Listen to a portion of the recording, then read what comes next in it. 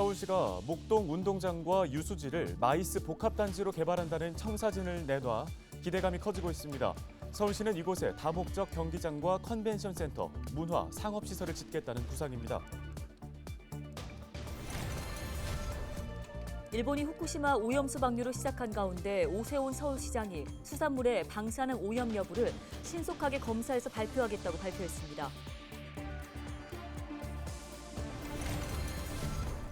양천구 등 공항 소음 피해 지역 지자체 단체장들이 국토교통부를 방문해 공항 소음 피해 대책 개선을 요구하는 공동 건의문을 전달했습니다. 이들은 냉방기 설치 등 소음 피해 대책에 물가 변동률을 반영해달라고 요구했습니다.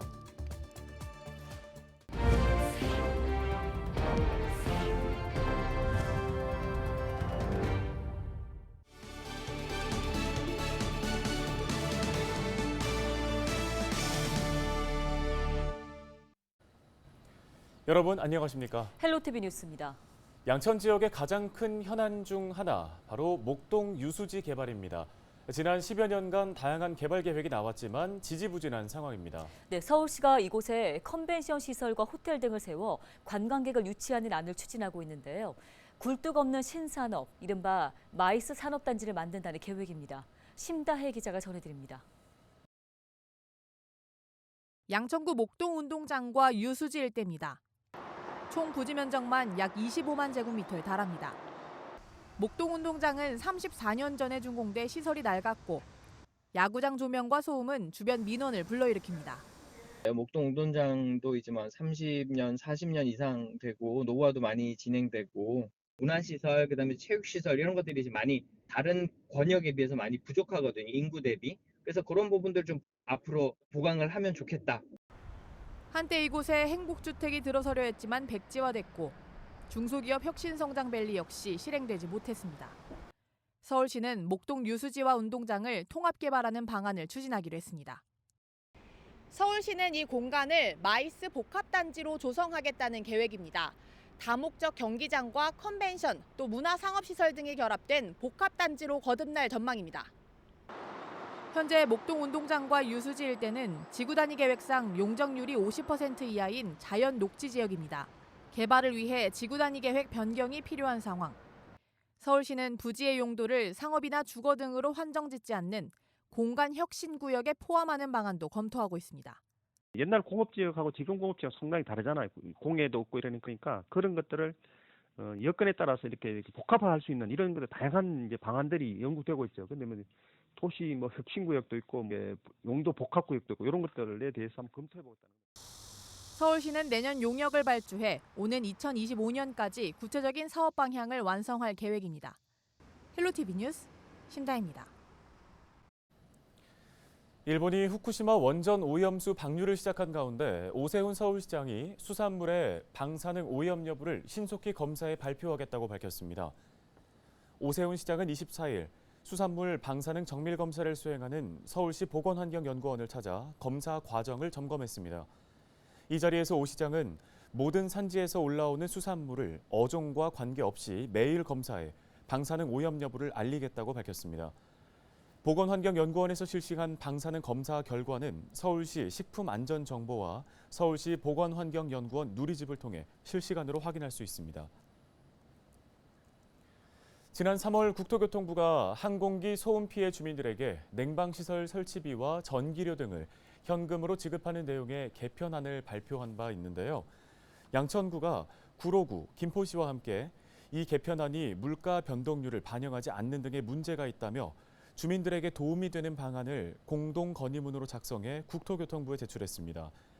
건의문에는 냉방시설 설치비와 전기료 지원비를 책정할 때 물가 변동률과 전기요금 상승 상황 등을 반영해 법을 개정해야 한다는 내용이 담겨 있습니다.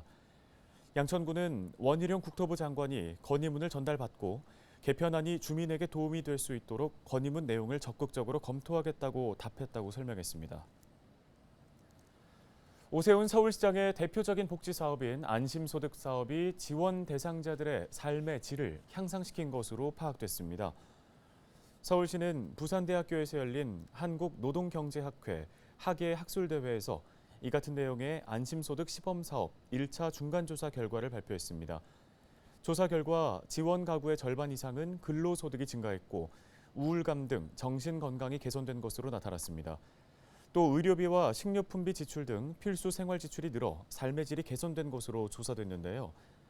서울시는 지난해 7월부터 저소득층 가구를 대상으로 중위소득과 가구 소득 간 차액의 절반을 지원하는 안심소득 사업을 시행하고 있습니다. 양천구가 다음 달 30일까지 동물 등록 자진 신고 기간을 운영합니다. 동물 등록 대상은 집에서 반려 목적으로 기르는 2개월령 이상의 개입니다. 동물 등록을 했더라도 소유자나 연락처, 주소 등 정보가 변경됐다면 30일 이내에 변경 신고를 해야 합니다. 등록은 구가 지정한 동물병원에서 할 수 있으며 변경 신고는 정부24 또는 동물보호 관리 시스템 누리집에서 온라인으로 할 수 있습니다. 양천구는 동물 등록 자진 신고 기간 종료 후에는 10월 한 달간 집중 단속을 벌여 미등록 동물은 최대 60만 원, 변경 사항 미신고는 40만 원의 과태료를 부과한다는 방침입니다.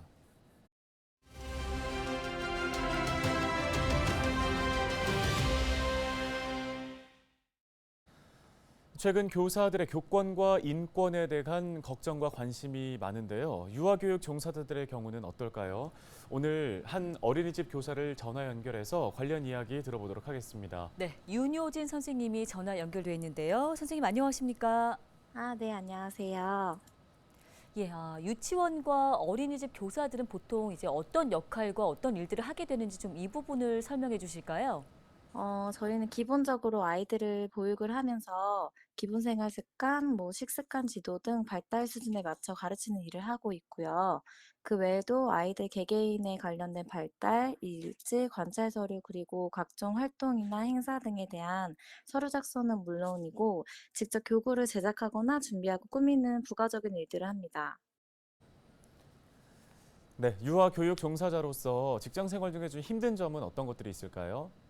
요즘 들어 아이들 권리에 대한 인식이 개선되면서 아이들과 학부모를 보호해주는 법률이 하나둘 제정되었지만 반대로 학부모들의 갑질로 인한 선생님들의 피해가 있었음에도 이와 관련된 보호는 별로 이루어지지 않고 있습니다. 오히려 선생님들을 잠재적 범죄자로 인식하고 학부모들의 무리한 요구나 무시는 물론이고 심지어는 협박까지 이루어지는 상황이 점점 늘어나고 있는데 예를 들어 아이의 기침 횟수를 세어달라는 부탁이나 현식이 심해 반찬을 보낼 테니 이것만 먹여달라는 부탁들인데요. 선생님이면 당연히 학부모의 요구대로 다 해줘야 한다는 생각을 하고 계신 것 같습니다. 이 외에도 교사 대 아동 비율이 너무 많은 점도 있고요. 굳이 필요하지 않아 보이는 보고서에 가중한 부담이나 점검 등이 많습니다. 이러한 점들이 앞서 말씀드린 무리한 요구들과 겹치면서 보육과 교육의 질이 떨어지는 문제가 생기게 되고 다시 학부모들의 항의로 이어지는 악순환이 이루어지게 됩니다. 네, 최근에 교권 침해 관련 사례들 중에 유아교육 종사자들의 경우도 있었습니다. 실제로는 어떤지가 궁금합니다.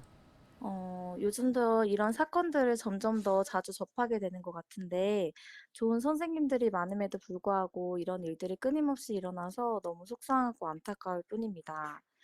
그 아이들의 첫 사회생활 시작은 어린이집이나 유치원인데, 첫 시작부터 선생님을 무시하고 존중하지 않는다면, 초, 중, 고등학교뿐만 아니라 더 나아가 사회생활에서도 다른 사람을 존중하고 배려할 수 있을까 하는 염려가 듭니다. 학부모들의 교사를 존중해야 아이들도 선생님을 존중하고 잘 따를 수 있다고 생각하고 학부모와 교사가 서로를 신뢰하고 또 좋은 관계를 유지한다면 우리 아이들이 건강한 마음으로 자라날 수 있을 것 같습니다. 네, 알겠습니다. 오늘 말씀 여기까지 듣겠습니다. 윤효진 어린이집 교사였습니다.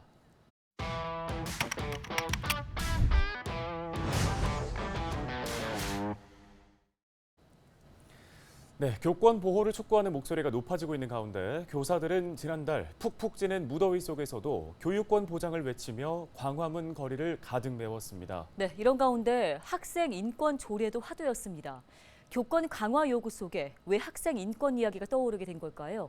뉴스토리에서 정리해봤습니다. 김신혜 기자입니다. 귀밀 3cm 두발 규제에 밤늦게까지 자율 아닌 야간 자율학습을 했던 시절. 월요일 아침이면 운동장에 모여 교장 선생님의 훈화 말씀을 듣고 체벌이 당연시 여겨졌던 시절. 학생들은 학생 인권을 외쳤습니다. 우리는 공부벌레가 아니다. 벽을 깨고 싶다는 학생들의 목소리는 당시 기사에도 고스란히 담겼습니다. 2009년 경기도교육청이 실시한 설문조사에서는 절반 이상이 매일 또는 주 2회 이상 체벌을 경험한다고 답했고, 성적이나 외모 등으로 차별을 받고 있다고 생각하는 학생은 90%에 육박했습니다. 그리고 이듬해 우리나라에서 처음으로 학생 인권 조례가 생겨났습니다. 학생 인권 조례는 학교 교육 과정에서 학생의 존엄과 가치가 보장될 수 있도록 각 교육청이 정해놓은 자치규범인데요. 2010년 경기도를 시작으로 서울과 광주광역시, 전라북도 등 6개 시도에서 시행되고 있습니다. 조례에는 공통적으로 차별받지 않을 권리, 폭력으로부터 자유로울 권리, 학습권, 휴식권, 그리고 표현의 자유 등이 담겨 있는데요. 차별받지 않을 권리는 성별과 종교, 성적, 지역 등을 이유로 정당한 사유 없이 차별받지 않을 권리라고 명시돼 있습니다. 학생들은 체벌과 따돌림, 집단 괴롭힘 등 모든 물리적, 언어적 폭력으로부터 자유로울 권리를 가지고 학교는 학생들의 학습권, 휴식권 보장을 위해 임의적인 교내외 행사나 야간 자율학습 등을 강요해서는 안 됩니다.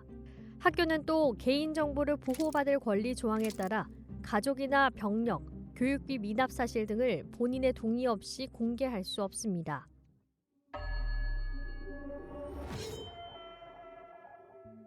최근 교권 추락의 원인을 두고 학생 인권 조례가 거론됐습니다. 학생 인권을 지나치게 중시하다 보니 교사의 교육권이 위축됐다는 주장이었습니다. 과거에는 지금과는 반대로 학생 인권이 되게 추락됐었잖아요. 그래서 그때 이제 좀 더 개인의 자유나 인권을 존중시켜가지고 조금 동등해지는 감이 있었는데, 요즘 너무 그게 과열되면서 반대로 교권이 너무 추락된 상황이 인 것 같아요. 이 같은 논란은 일부 조항을 악용하는 사례들 때문으로 풀이되는데요.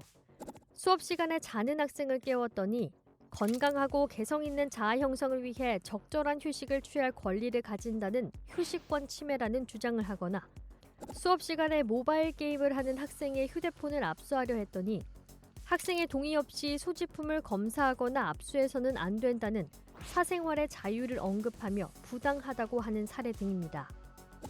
심지어 교사가 과제를 제대로 해온 학생을 칭찬했을 때 그렇지 않은 학생이 성적으로 차별받았다고 주장할 가능성도 제기됐습니다. 보완이 필요하다는 지적이 잇따르자 교원의 정당한 교육활동을 보호하고 모든 학생의 학습권을 충분히 보장해서 교육 구성원 모두가 행복한 학교 교육이 이루어질 수 있도록. 서울시 교육청도 최근 개정안에 교직원 인권 존중과 학교 규범 준수 등 학생의 책무성을 강화한 내용을 포함시킬 계획을 밝혔습니다.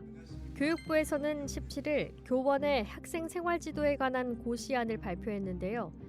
2학기부터는 수업 중에 휴대전화를 사용하면 압수할 수 있고, 난동을 부리는 학생을 물리적으로 제지하거나 교실 밖으로 분리할 수 있게 됩니다. 교권 보호와 학생 인권을 상반된 개념으로 볼 수는 없습니다. 다만 교사와 학생, 학부모 모두 권리에는 책임이 따른다는 사실을 기억할 필요가 있어 보입니다.